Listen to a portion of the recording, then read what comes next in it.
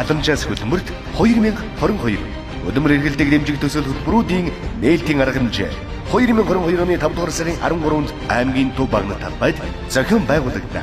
Тавгныг өргөнөөр хүрэлцэн эрхийг өргөж байна. Халамжаас хөдөлмөрт 2022 өдмөр эргэлдэг дэмжих төсөл хөтөлбөрүүдийн нээлтийн арга хэмжээ. Нээлттэй албаны удирдлагыг зохион байгуулахаар төлөвлөлөө ажиллаж байна. За энэхүү арга хэмжээний хүрээнд энэ жил хэрэгжих 7 хөтөлбөрийг ард хэрэгтэд сурчлах. За мөн өнөөдрийн байдлаар манай газар дээр ирсэн байгаа 50 аж ахуйн нэгжийн бас нээлттэй ажлын байрыг тухайн үед зарлах. Мөн ажил хийж байгаа иргэдийг тухайн үед ажиллагчтай уулзуулаад ажлын байранд зуучлах юм арга хэмжээнүүдийг зохион байгуулнаа. Энэ онд хэрэгжих залуучуудын оролцоо төсөл бас энэ онд хэрэгжинэ. Өнгөрсөн онд бас Баянгор аймгаас 111 залуучууд хамрагдаж 76 залуунуудаа байнгын ажлын байранд зуучлагдсан юм үр дүнд хүрсэн байгаа. За тэгэхээр бас энэхүү арга хэмжээний хүрээнд оролцоо төслүүдийг залуучуудад бүртгэх. За мөн 7 хөтөлбөрийн хүрээнд хэрэгжиж байгаа санхүүгийн дэмжлэг арга хэмжээнүүдэд хамрагдах иргэдийг бүртгэх. За энэ жилийн аймгийн бүтээн байгуулалттай холбогдлолтой за мөн тэр үндэсний хөтөлбөрийн хүрээнд аймагт хэрэгжих ногоон ажлын байранд бас ажилгүй иргэдийг бүртгэх. Мөн тухайн өдөр бүртгэсэн иргэдийг төр ажлын байраар хангах гэсэн ажлуудын удирдлагын хүрээнд зохион байгуулагдана. Иймд Баянгор аймгийн хуурай хөдөлмөрлөгч иргэн аж ахуйн нэгжүүд мөн ажил хайж байгаа ажиллаагч иргэд та бүхэн энэхүү арга хэмжээнд төвтэйсээ оролцоорой гэж уриалж байна. 7 төсөл хөтөлбөр байгаа гэдэг чинь 7 төсөл хөтөлбөрийн тухайд бас та дэлгэрүүлж хэлж өгөөч. За хуурай хөдөлмөр эрхлэгч иргэн буюу өрхөөр үйлдвэрлэл эрхэлж байгаа 34-өөс дээш хөдөлмөрийн насны ийм иргэдэд 10 сая төгрөг хүртэл санхүүгийн дэмжлэгийг олгоно. За энэ санхүүгийн дэмжлэгт хамрагдах иргэдийг энэ өдөр бас бүртгэнэ гэсэн үг.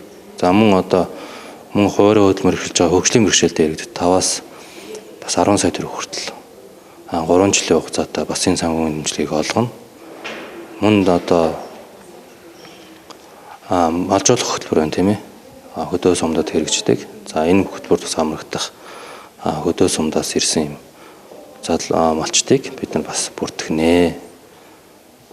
За хөгжлийн бэрхшээлтэй иргэдийг бас байгаа. Мөн ахмадуудын хуурай хөдөлмөр эрхэлж байгаа ахмадууд маань бас 5 хүртэл сая төгрөгийн санхүүгийн дэмжлэгт хамрагдах боломжтой. Бас эндгээр иргэдийг бас бүртгэнэ гэсэн үг.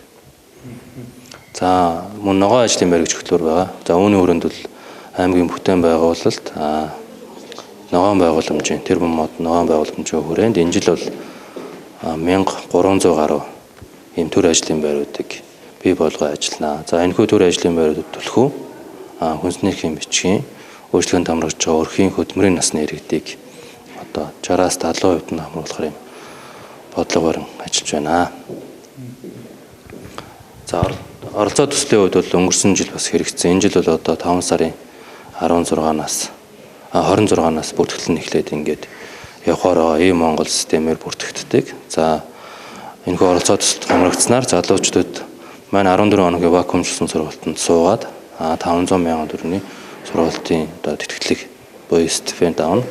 За мөн ажлын байранд дадлагчаад 500 мянган төгрөгийн бас тэтгэлгийг авдаг. Ингээд нийт тухайн ажил хайж исэн залууд маань оюуны болон тийм ээ эдийн засгийн хөрөнгө оруулалт ингээд нэг дор орох боломжтой. Үүгээрээ бас хувийн хөгжлийн маш их мэдлэг мэдээлэлтэй болох ийм оролцоо төсөл орондоо ярьж хэрэгжиж явж байгаа. Үүнд маань Баянгор аймгийн залуучууд идэвхтэй сайн хамрагдах юм байгаа.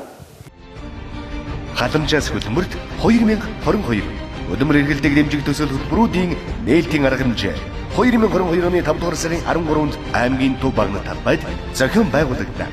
Тавгныг өргөнөөр хүрэлцэн эрхийг өргөж байна. Халамжаас хөдөлмөрт 2022 өдмөр эргэлдэг дэмжих төсөл хөтөлбөрүүдийн нээлтийн арга хэмжээ. За 2022 оны 5 сарын 12-ны өдөр хөдөлмөр халамжийн үйлчлэгээний газрын үйл ажиллагааг сурчлах нээлттэй удирдлага буюу халамжаас хөдөлмөрт зорилтын хүрээнд За нийгмийн халамжийн чиглэлээр авч хэрэгжүүлэх ямар ажил арга хэмжээг зохион болгох талаар бас та бүхэнд мэдээлэл өргөе. За 2022 оныг манай хөдөлмөр халамж үйлчлэгээний газар маань халамжаас хөдөлмөрт гэдэг зорилтыг дэвшүүлсэн байгаа. За энэ зорилтын одоо гол онцлог ажил нь юу вэ гэхээр ер нь бол яг иргэдийг за одоо халамж хүртэхээс биш те одоо тухайн иргэдийг одоо ажилдаа орлоготой, хөдөлмөртэй, тогтмол орлоготой болгох талаар илүү анхаарч энэ ондор бол ажиллаж байгаа. За 22 оны 5 сарын 12-ны өдрийн энэ нээлт удирдлагын арга хэмжээд бол нийгмийн халамжийн чиглэлээр бол одоо нийт үйлчлэгээ одоо ямар үйлчлэгээнүүдтэй холбоотой энэ үйлчлэгээнүүдийг бол хараад иргэдэд бол яг газар дээрээс нь бол хүрэх байгаа. За Монгол Улсын засгийн газраас 2019 онд бол Цахим Монгол хөтөлбөрийг хэрэгжүүлсэн. За энэ хөтөлбөрийн хүрээнд бол нийгмийн халамжийн 14 төрлийн үйлчлэгээнээс өнөөдрийн байдлаар бол 12 төрлийн үйлчлэгээ цахимд бол бүрэн шилжсэн.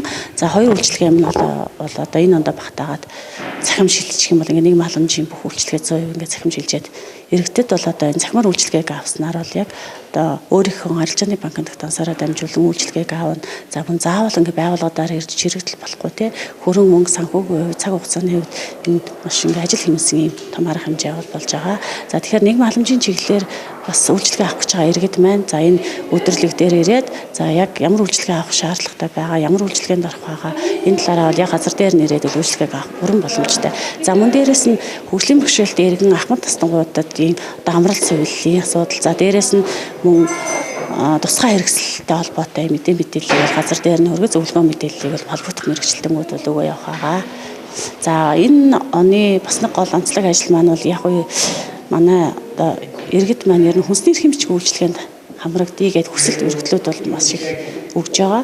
За гол ажил маань юу вэ гэхээр зэрэг иргэд одоо бид бол одоо тухайн одоо хөдөлмөрийн насны залуучуудыг заавал одоо хүнсний талаанд оруулах биш. За тухайн иргэдийг бол одоо ажилдаа орлоготой, тогтмол орлоготой болох талаас нь бол илүү онцгойч энэ ондор л ажиллах байгаа. Хүнсний эрхийн бичиг гэсэн дээр бас хөдөө сумд маань зарим сумд бол хүнсний эрхийн бичгийн үйлчлэгээ авдаг эрхэнгүй юм сум болсон жишээ бас гарсан байгаа тийм ээ.